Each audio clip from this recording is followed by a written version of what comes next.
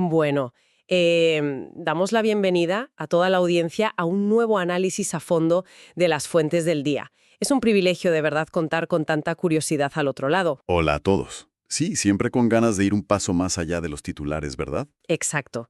Y la misión que tenemos en el análisis de hoy es explorar un documento que, francamente, pone sobre la mesa verdades bastante incómodas. Muy necesarias, diría yo. Totalmente necesarias. El artículo se titula La infraestructura invisible de la inteligencia. Lo firma Fernando Valdimar Palacios Añaños y se publicó hace nada, el 2 de marzo de 2026. Sí, es muy reciente. Y para situar un poco el contexto de los materiales que manejamos hoy, pues este artículo se enfoca de lleno en el universo de la gestión de clubes. Y pone el foco de forma muy particular en los clubes de golf. Y a ver, hay que destacar que el autor no lanza sus teorías al vacío. No, para nada. El texto viene respaldado visualmente por referencias de mucho peso en la industria. Hablamos del manual Working for Golf de The R&A y también hace alusión directa a la plataforma 72gross.com, que bueno, lleva empoderando la gestión del golf desde el año 2005. O sea, tenemos entre manos una base súper especializada, pero fíjate, esconde lecciones operativas que son universales para cualquier empresa. Vale, vamos a desgranar esto. Venga. Hoy en día parece que cualquier organización está bajo una presión inmensa por implementar inteligencia artificial. Vemos iniciativas por todas partes. Sí, probar asistentes virtuales, automatizar correos. Generar contenido, exacto. La conversación sobre la IA monopoliza todas las juntas directivas. Sin embargo, el autor señala algo clave, y es que la inmensa mayoría se está saltando el paso más crítico de todos. Claro, es que esa obsesión por subirse al tren tecnológico esconde una trampa. Y el documento advierte de esto desde el primerísimo párrafo. Mm. Para comprender la magnitud de ese paso que todos ignoran, hay que detenerse en la tesis central que plantea el texto. Y es que la inteligencia artificial no tiene la capacidad de crear una estructura organizativa de la nada. Cero. Simplemente opera, y esto hay que grabárselo a fuego, sobre la estructura que ya existe. O sea, si el sistema operativo de un club es un rompecabezas con piezas que no encajan, la IA no va a ser la varita mágica que ordene la casa. Es que es una perspectiva súper analítica sobre una realidad muy tozuda. No puedes levantar un rascacielos ultramoderno sobre unos cimientos de barro. Exacto. La IA requiere un terreno completamente firme y estructurado donde apoyarse. De lo contrario, no tiene material útil sobre el que trabajar. A mí me resultó fascinante cómo el autor describe esta situación utilizando el término entusiasmo desordenado. Es una imagen mental clarísima. Totalmente. Yo misma puedo visualizar una junta directiva en un club de golf histórico, sentados ahí en una sala impecable, donde alguien de repente dice, oye, vamos a poner un asistente inteligente en la web porque es lo que hace todo el mundo. Ya, el famoso síndrome del objeto brillante. Eso es. Y el artículo reconoce que, este entusiasmo es, hasta cierto punto, algo positivo. Que la innovación esté sobre la mesa siempre va a ser mejor que quedar separados. Sí, por supuesto. Pero el problema surge cuando ese entusiasmo se vuelve caótico, porque se pretende correr antes de saber andar. Lo fascinante de esto es que esa urgencia por innovar, por comprar la última herramienta de moda, invisibiliza la pregunta previa. ¿Cuál sería esa pregunta? Pues la pregunta que debería paralizar cualquier junta directiva antes de firmar un cheque por un software de IA. Es decir, sobre qué datos exactos va a trabajar esa inteligencia artificial. Claro. Antes de encender el algoritmo y esperar milagros, hay que auditar la realidad. ¿Están los procesos del club verdaderamente digitalizados en un sistema único? ¿O resulta que, en la práctica, el club sigue sosteniéndose sobre hojas de cálculo dispersas? Correos electrónicos perdidos. Correos perdidos, anotaciones en papel en la recepción. Si tú alimentas a una herramienta de última generación con información inconexa, el resultado no va a ser una revelación estratégica. Va a ser simplemente la automatización del caos a una velocidad increíble. Madre mía. La verdadera madurez tecnológica empieza por auditar la higiene de esos datos base. Pero espera, voy a ponerme un momento en el papel del abogado del diablo. A ver, dime. Porque mucha gente que defiende las virtudes de las nuevas IAs te diría que, oye, los modelos actuales son tan avanzados que pueden leer cualquier documento desordenado, pueden entender el contexto de un PDF mal escaneado y sacar conclusiones. ¿Por qué el texto insiste tanto en que la estructura previa es innegociable? Bueno, hay un matiz ahí que cambia todo el escenario. Es cierto que un modelo avanzado te lee un PDF desordenado y te hace un resumen brillante. Sí. Pero gestionar un club no consiste en resumir textos estáticos. Consiste en operar una lógica viva y constante. El autor diferencia muy bien entre la capacidad de procesar un documento aislado y la capacidad de entender el flujo operativo de una organización. O sea, cruzar variables en vivo. Exacto. Si el departamento de Wolf registra las salidas de los jugadores en un sistema, pero el restaurante anota los consumos en otro que no se comunica con el primero, La IA se queda ciega. claro, no puede cruzar esos datos en tiempo real para optimizar el servicio. Por muy inteligente que sea leyendo PDFs, su inteligencia choca contra el muro de la incomunicación interna. Ya veo. Y esa incomunicación interna nos lleva de lleno a otro de los grandes bloques del artículo, que es la redefinición del sistema nervioso del club. Un concepto fundamental. Confieso que esta sección me cambió la perspectiva por completo, porque tradicionalmente la visión de la tecnología de la información era pues relegarla a un rincón. Los informáticos del sótano. Exacto. Eran las personas a las que llamabas cuando se caía el wifi o cuando el software de contabilidad daba un pantallazo de error. Era un gasto necesario, un área de soporte reactivo. Pero el texto fulmina esa visión anticuada. La tecnología de la información ya no puede considerarse un departamento aislado de soporte. Debe entenderse como la arquitectura central. El verdadero sistema nervioso. Eso es. Y para aterrizar este concepto, el autor proporciona ejemplos súper concretos de la operativa en un club de golf, mostrando cómo este sistema nervioso toca absolutamente todo. ¿Cómo cuáles? Pues conecta la secretaría con la operativa del día a día de los socios, conecta la gestión deportiva del golf con las reservas de los tee times y los registros de los scores en los torneos, une la administración con la facturación. Y los movimientos de caja, que no son pocos. Exacto. Y también permite que el departamento de mantenimiento organice la planificación preventiva del campo de juego. Y ya, en la cúspide, conecta la dirección con los informes de rendimiento. O sea, la tecnología está en cada reserva, en cada abono de una cuota, en cada corte de césped. Es el tejido conectivo. El tejido conectivo, ni más ni menos. Y cuando ese tejido tiene roturas, cuando no es transversal, es cuando aparecen lo que el documento denomina maravillosamente fricciones invisibles. Fricciones invisibles, un término muy preciso. Yo me detuve mucho a pensar en este concepto. Son esas ineficiencias del día a día que la plantilla asume como normales, pero que lastran la productividad de una manera brutal. ¿Tareas duplicadas? Sí, el artículo menciona, por ejemplo, un empleado pasando datos a mano de un Excel a otro durante horas. Habla de errores manuales y de información contradictoria. Imagínate la frustración de una reunión de dirección donde el área de golf asegura que hay 500 socios activos jugando esa semana. ¿Y administración dice que solo hay 480 al corriente de pago? Exactamente.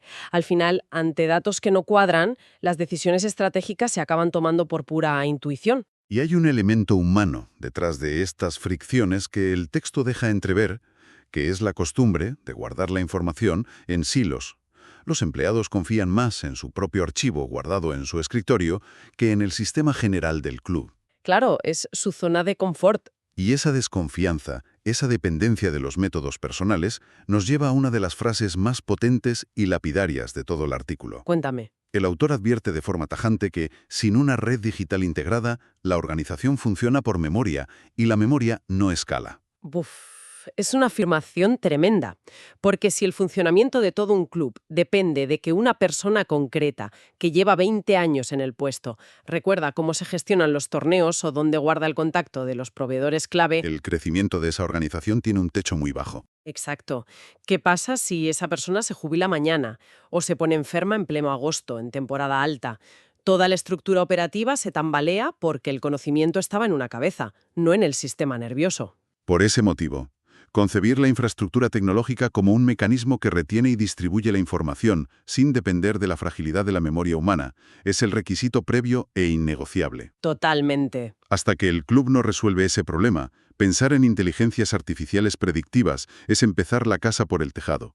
Y esto enlaza de forma muy natural con la necesidad de desmitificar qué estamos comprando realmente cuando adquirimos tecnología de IA. Aquí es donde la cosa se pone muy interesante. Sí. Porque el material hace un ejercicio de realismo contundente frente a estas expectativas de ciencia ficción que nos venden. Sí, hay mucho humo en el mercado. Hay una creencia casi mágica de que la IA va a llegar, va a tomar las riendas del club, va a mirar los números y va a tomar decisiones infalibles mientras la junta directiva, pues, se toma un café. Ya quisieran algunos. El artículo rompe esa ilusión por completo. La IA no toma decisiones por sí sola.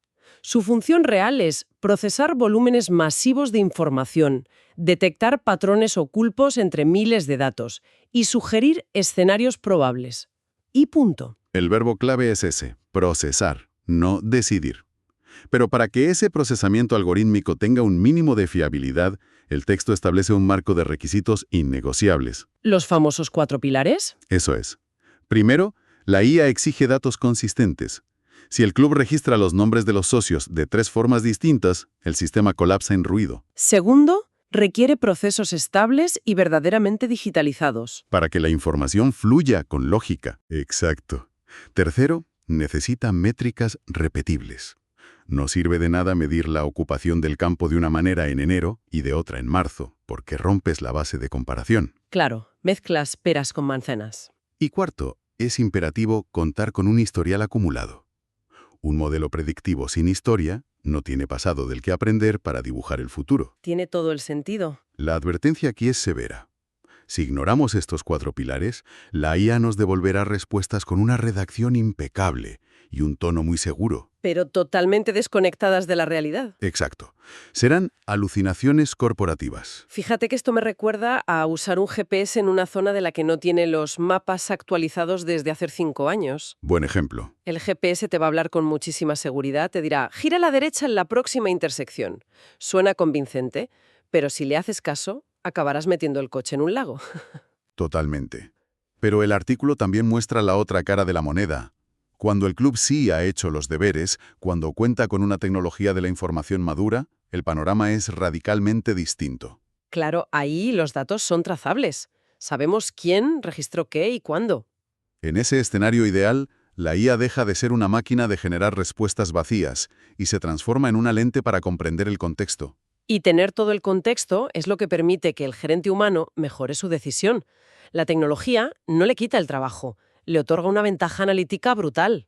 Si conectamos esto con el panorama general, emerge una paradoja sobre la adopción tecnológica que rara vez se discute. ¿A qué paradoja te refieres? Existe el mito de que cuanto más sofisticada es una herramienta, menos esfuerzo requiere por parte del equipo directivo, porque supuestamente la máquina lo hace todo. Ya. El análisis de Palacios Añaños desmonta esta idea. Afirma lo contrario. Las herramientas avanzadas exigen una base humana mucho más preparada. La IA no viene a sustituir al gerente, viene a obligarlo a elevar su nivel de pensamiento sistémico. Detengámonos en ese concepto un momento. Pensamiento sistémico. Porque puede sonar un poco abstracto para algunas personas. ¿Cómo se traduce esa exigencia para un gerente un martes por la mañana? Se traduce en dejar de ver el club como compartimentos estancos y empezar a verlo como un organismo vivo. Ponme un ejemplo. A ver, si el gerente decide reducir el intervalo de tiempo entre las salidas de los jugadores, los famosos tea times. Para meter a más socios en el campo, imagino. Exacto. El pensamiento sistémico implica entender que eso no solo afecta a los ingresos del día, afecta al ritmo de juego, lo que genera cuellos de botella en ciertos hoyos. Claro, la gente se amontona. Y eso impacta en el horario en el que los jugadores llegarán al restaurante, lo que podría desbordar a la cocina si no se refuerza el personal. Y a su vez, altera la ventana de tiempo que tiene el equipo de mantenimiento para arreglar el campo al anochecer. Es una reacción en cadena pura y dura. Una IA bien alimentada puede prever todos estos impactos y ponerlos en una pantalla. Pero es el gerente quien debe tener la capacidad mental de comprender el sistema en su totalidad para interpretar esos datos. Si los procesos base son caóticos, la herramienta solo amplificará ese caos. Me parece un ejemplo clarísimo de por qué la tecnología no salva a una mala gestión. Para nada. Y esto nos lleva a la que personalmente es la parte más instructiva del artículo.